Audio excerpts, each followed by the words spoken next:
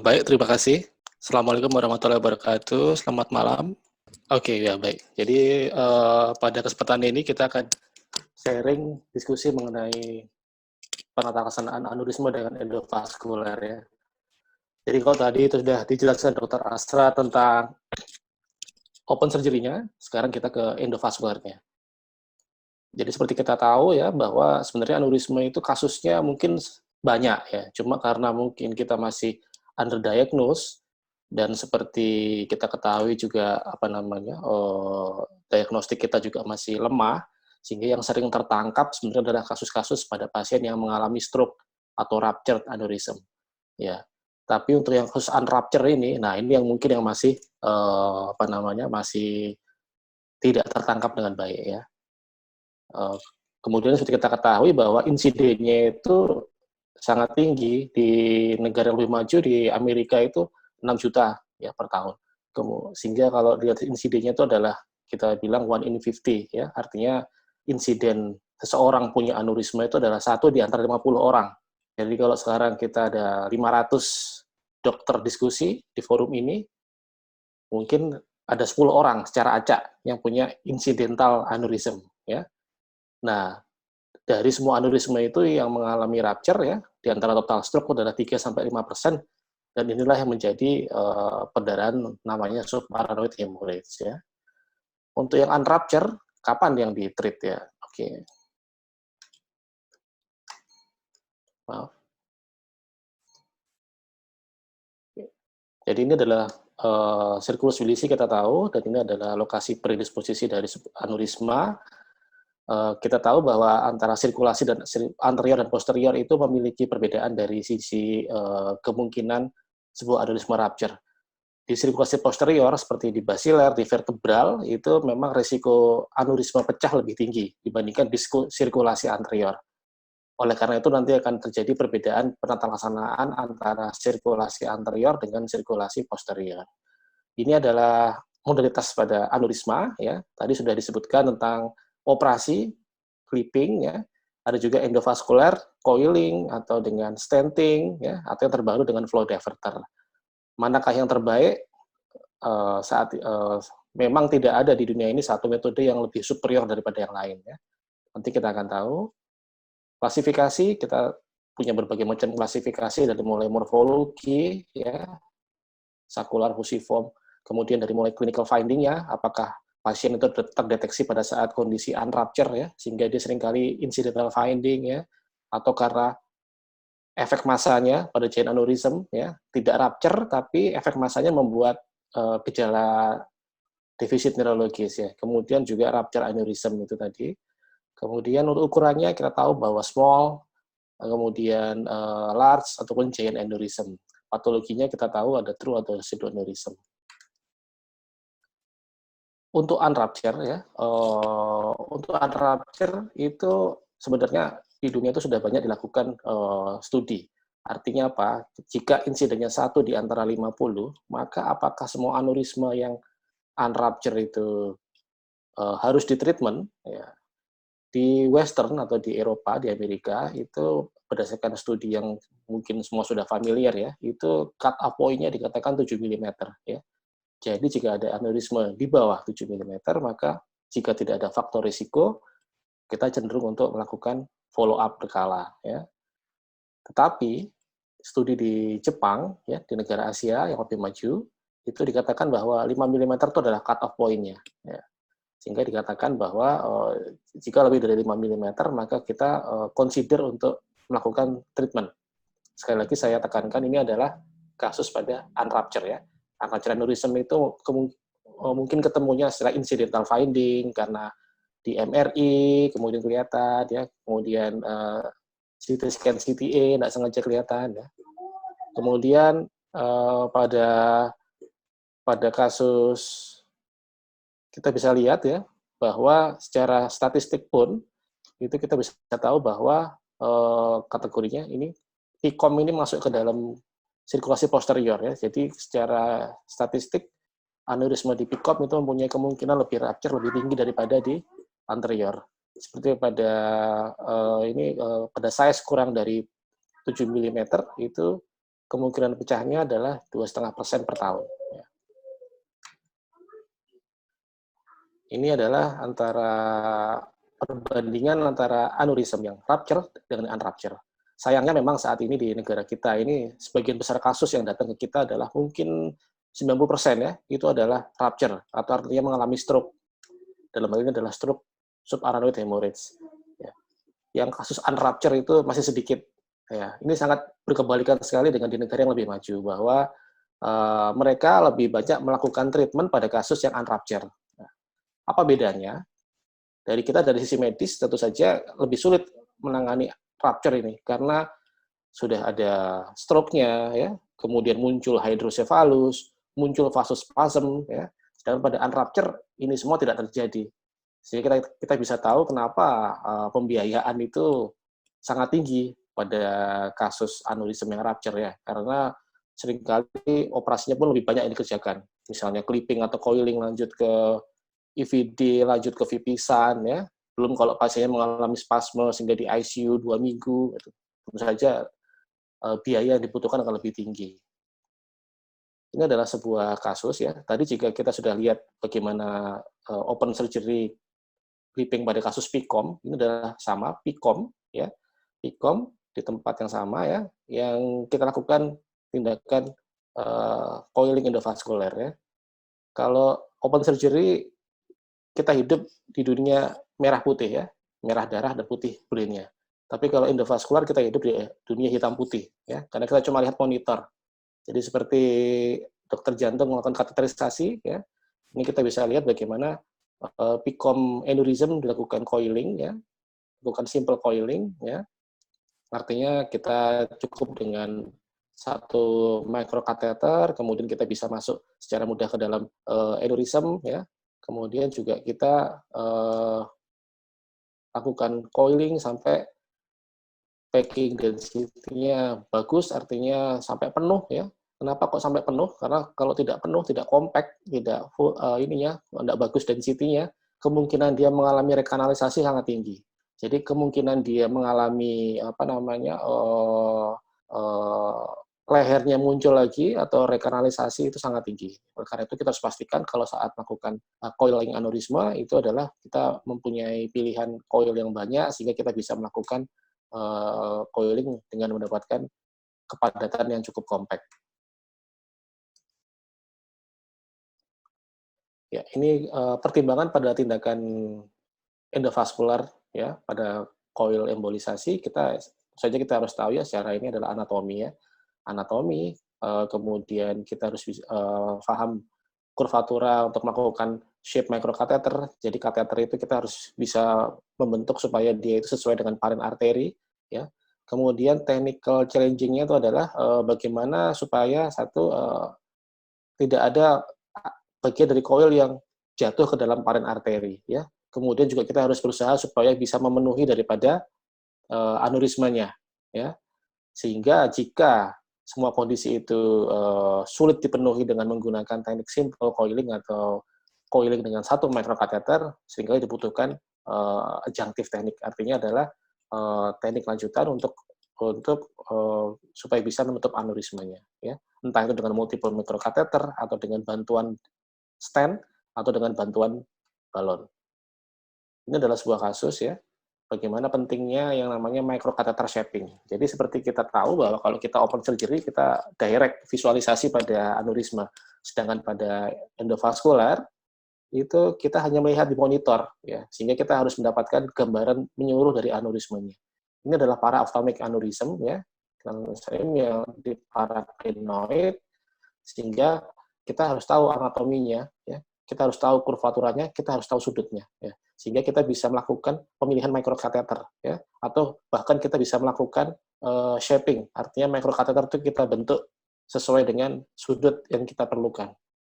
Caranya bagaimana? Kita bisa melakukan pemanasan. Kita steam biasanya 30-90 detik, tergantung dari jenis microcatheternya, ya.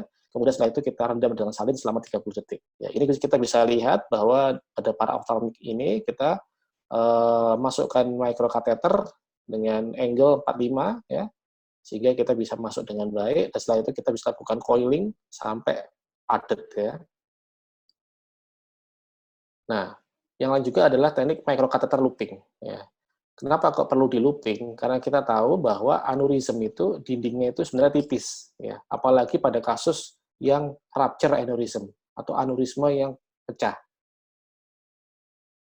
Sangat berbahaya sekali apabila coil atau microcatheter itu dia ujungnya itu langsung masuk dan kemudian menembus penetrasi ke dalam dinding aneurisma.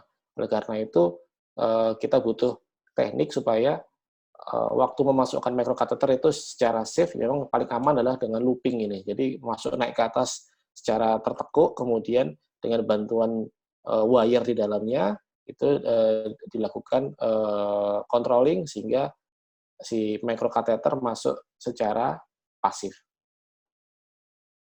Ini adalah gambaran daripada bagaimana pentingnya microcatheter shaping. Ini kita tahu ada dua aneurism, ACOM, sama-sama di ACOM ya, tapi tiap orang tentu saja memiliki konfigurasi daripada ACOM yang berlainan. Oleh karena itu belum tentu sebuah aneurisma ACOM itu memiliki teknik shaping yang sama. Sehingga penting sekali untuk kita melakukan 3D rekonstruksi. Dari sini kita bisa tahu, kita bisa membuat imaginary bayangan apakah kita memerlukan sudut yang 45 atau S atau yang lain lagi. Nah, ini adalah ACOM aneurysm ya. Ini kita tahu, ini ada kurvanya, ada angle-nya, dan juga ada sudutnya. Ya. Kemudian saat dilakukan coiling, ya, kita dapatkan kompaksi yang bagus, ya, sehingga kita bisa lihat dari fluoroskopinya itu adalah kepadatan coilnya baik. Memang kadang-kadang tidak simpel yang kita perkirakan, karena kita harus butuh pemahaman anatomi mengenai kurvatur, tentang angle, dan tentang teknik shaping yang baik.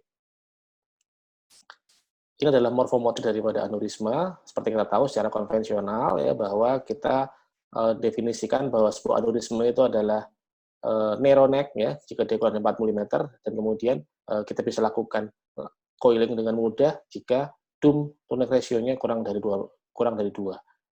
Sehingga jika tidak memenuhi syarat seperti ini, maka kita perlu alat lanjutan ya. Tidak hanya cukup coil, kita perlu balon, kita perlu stand, dan mungkin kita bisa lakukan dengan multiple microcatheter teknik. Ini adalah contoh aneurisma di sirkulasi posterior ya di PAIKA. Tadi seperti sudah Dr. Asal sebutkan bahwa kalau sirkulasi posterior memang pilihannya cenderung jatuh ke coil ya, ke coiling karena memang secara teknik untuk operasi di daerah sirkulasi posterior pada kasus aneurisma cukup sulit ya, dan juga memang lebih mudah kita lakukan dengan coiling. Ini adalah PAIKA ya, kita bisa lihat bagaimana PAIKA ini besarnya, dan kemudian kita lakukan coiling sampai compact ya. Nah, ini adalah beberapa teknik yang mungkin bisa digunakan jika memang tidak memenuhi syarat seperti dome ratio-nya dan juga ini lehernya, kita bisa lakukan stand assisted maupun kita lakukan balloon assisted ya, ataupun kita lakukan multiple microcatheter teknik ya, tergantung dari device yang tersedia. Cuma memang bedanya pada kasus unrupture itu pilihannya lebih banyak. Kita bisa lakukan stenting, kita bisa lakukan multiple microcatheter teknik ya. Sedangkan pada kasus rupture itu kita seringkali berusaha menghindari penggunaan stent. Kenapa? Karena seperti kita tahu bahwa pada penggunaan stent, pada kasus kardiak, jantung, ya, itu kita harus butuh loading antiplatelet, yang seringkali itu adalah cukup sulit pada kasus rupture aneurisma, karena pada rupture sudah ada darah, sehingga kalau kita loading dengan antiplatelet, aspirin atau pelafik, maka resiko untuk dia mengalami re-rupture lebih awal itu cukup tinggi. Ini adalah teknik bagaimana menggunakan stand pada coiling, ya, stand assisted coil. Kita bisa lihat bahwa bisa dengan dua teknik, dengan cara jailing atau dengan cara coil through, ya. Dan juga kita bisa lihat dari gambaran ini adalah stand-nya, ya, bagaimana Y stand ini, bahwa kita harus hati-hati bahwa pada sudut atau kurvatura sebuah baran arteri, maka si stand itu bisa terjadi suatu kinking ya atau jepitan ya. Oleh karena itu harus diperhatikan karakteristik daripada stand-nya. Ini adalah sebuah kasus di mana mid-basilar aneurysm ya, kita lakukan stand assisted coil ya dengan menggunakan kateter 6 French ya. Kita tahu bahwa kateter guiding kateter 6 French itu ada dua tipe, ada tipe yang 0,070, ada 0,071. Kalau kita mau aman, kita harus pilih inner diameter yang paling besar ya, 0,71 ya. Atau kita pakai 7 friend langsung ya. Untuk sirkulasi anterior, saya lebih senang pakai 7 friends ya. 7 friends karena kalau ada sesuatu kita bisa masukkan microcatheter yang lain atau multiple microcatheter ya. Cuma untuk sirkulasi posterior, diameter vertebral artery memang lebih aman pakai ukuran 6 friends ya. Kemudian 2,4 Fred untuk stand dan 1,7 Fred untuk coiling. Ya. Kemudian dual antiplatelet isinya 3 hari sampai 5 hari sebelum tindakan. Ini adalah kasus dari VA dissection ya, jadi vertebral artery diseksi. Ini adalah aneurisma yang secara morfologi fusiform ya. Secara clinical finding ini adalah rupture karena dissecting ya. Kemudian juga rupture aneurism yang cukup sulit. Kita sirkulasi posterior pilihan jatuh pada coiling ya. Tapi coiling saja cukup riskan karena dia fusiform. Oleh karena itu kita pilihannya adalah kita lakukan tindakan dengan stent assisted ya. Jadi kita lihat ini ada kita lakukan stent assisted. Memang untuk tindakan emergensi coilnya ini kita tidak bisa terlalu padat sehingga kita butuh lakukan tindakan lanjutan seperti pemasangan flow diverter atau telescopic stent. Ini adalah multiple microcatheter teknik ya. Kadang-kadang kita memerlukan lebih dari satu kateter atau microcatheter dalam rangka supaya kita bisa membuat coil ini terkunci dengan baik di dalam aneurisma ya. Karena jika tidak maka resiko coil ini untuk jatuh ke dalam parten arteri cukup tinggi. Makanya saya lebih suka pakai 7 frame untuk sirkulasi anterior, karena jika satu dirasa tidak cukup, kita masih bisa masukkan microcatheter yang kedua untuk lebih amannya. Ini adalah bagaimana cara melakukan multiple microcatheter dengan double microcatheter teknik ya. Jadi coil yang pertama diletakkan berdampingan atau inflow dan outflow ya. Atau bisa juga kita lakukan superficial dan deep, atau jika multilobulated kita lakukan double 2 ya. Kemudian ini dipasang bersamaan sehingga coil itu saling terkait atau saling terkunci sehingga dia tidak jatuh ke dalam arteri di bawahnya. Ini satu contoh acom aneurysm ya. Acom aneurysm pada awal kita masukkan satu microcatheter tapi ternyata coilnya sulit terkunci dengan baik sehingga kita putuskan kita masukkan lagi microcatheter kedua untuk mendapatkan density yang bagus ya. Jadi kita gunakan deeper sama inner, deeper sama outer dari aneurysm.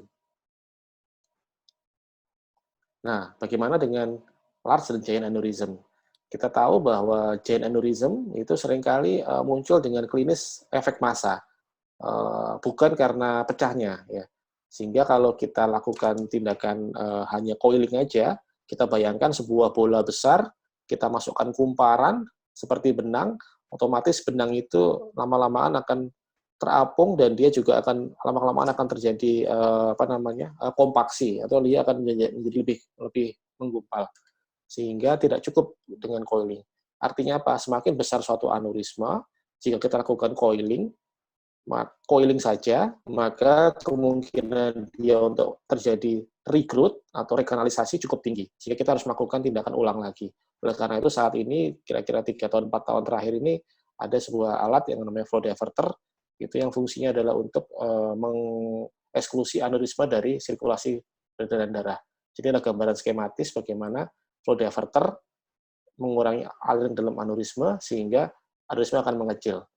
Adalah aneurisma, kita tahu aneurisma itu adalah turbulen alirannya, ya, sehingga ketika dipasang flow diverter akan terjadi turbulensi yang berkurang, ya, tetapi jika ada cabang di sekitar dekatnya, ini akan tetap aman side branch-nya. Kenapa? Karena kita tahu bahwa pembuluh darah itu mengalir, aliran darah mengalir itu adalah karena perbedaan tekanan, ya.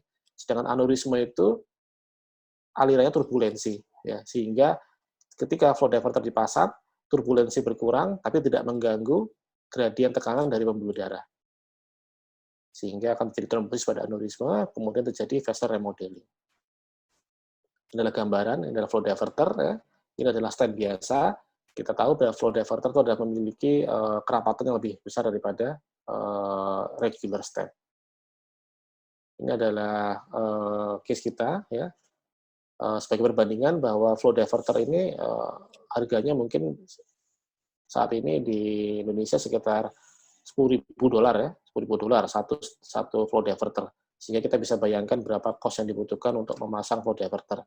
Oleh karena itu, kita sangat terbatas sekali untuk menggunakan flow diverter. Sama seperti penggunaan stent lainnya, bahwa kita perlu lakukan premedikasi dengan antiplatelet 5-7 hari sebelumnya untuk pemasangan dari flow diverter. Oleh karena itu, flow diverter sulit atau sangat berisiko jika kita memaksakan untuk dipasang pada kasus rupture aneurysm. Ini adalah case ilustrasi bagaimana flow diverter. Ini adalah short giant aneurysm ya di ICA kanan ya, dan ini adalah tampang lateral ya. Kita tahu besar sekali ya. Kalau kita lakukan operasi clipping pun juga kita harus melakukan rekonstruksi dan juga mungkin harus kita lakukan bypass ya. Sedangkan kalau kita lakukan coiling saja, coilingnya kemudian akan terjadi rekanalisasi, tumbuh lagi aneurismenya, maka pilihan yang paling baik pada kasus seperti ini adalah dilakukan flow diverter. Ini adalah gambaran 3 dimensinya. Ini ya.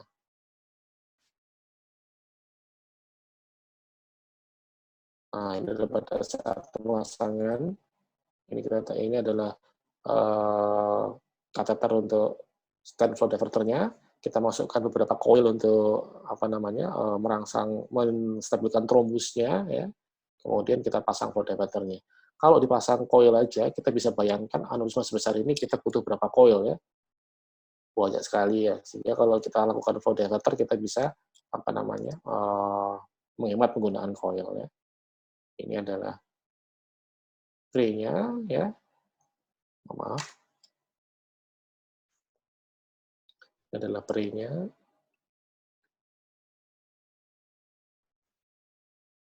Ini adalah post ya. Ya. Jadi immediate result kita bisa lihat bahwa flow-nya, turbulensinya berkurang ya. Nanti lama-kelamaan akan terjadi shrinkage daripada aneurisma ini. Ini adalah kasus yang lain, perempuan dengan ophthalmoplegia ya, seperti tadi kita ketahui bahwa memang kadang-kadang pasien itu muncul dengan keluhan di matanya ya. Ternyata setelah dievaluasi ada aneurisma di daerah cavernous, sehingga kita lakukan pemeriksaan ya, kita dapatkan aneurismnya ya, kita aneurismnya ternyata di lehernya juga muncul cabang ya, side branch ya, sirkulasi posterior, kemungkinan suatu PTA, persistent trigeminal artery.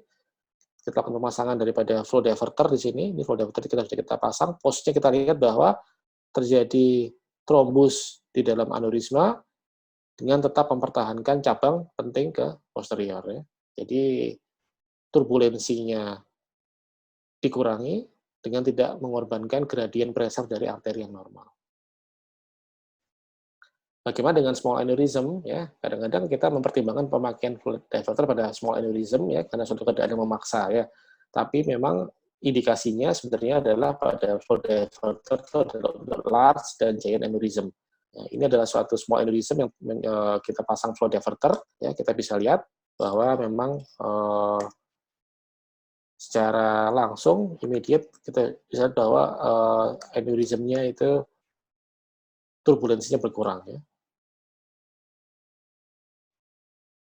Ini adalah flow diverternya, kita bisa lihat ada gambaran dari stent yang terpasang di dalam arteri karotis. Oke, jadi kesimpulannya adalah bahwa memang multimodalitas tindakan itu penting untuk melakukan terapi pada aneurisma. Entah itu open surgery, entah itu endovaskular, itu harus dipertimbangkan dengan baik.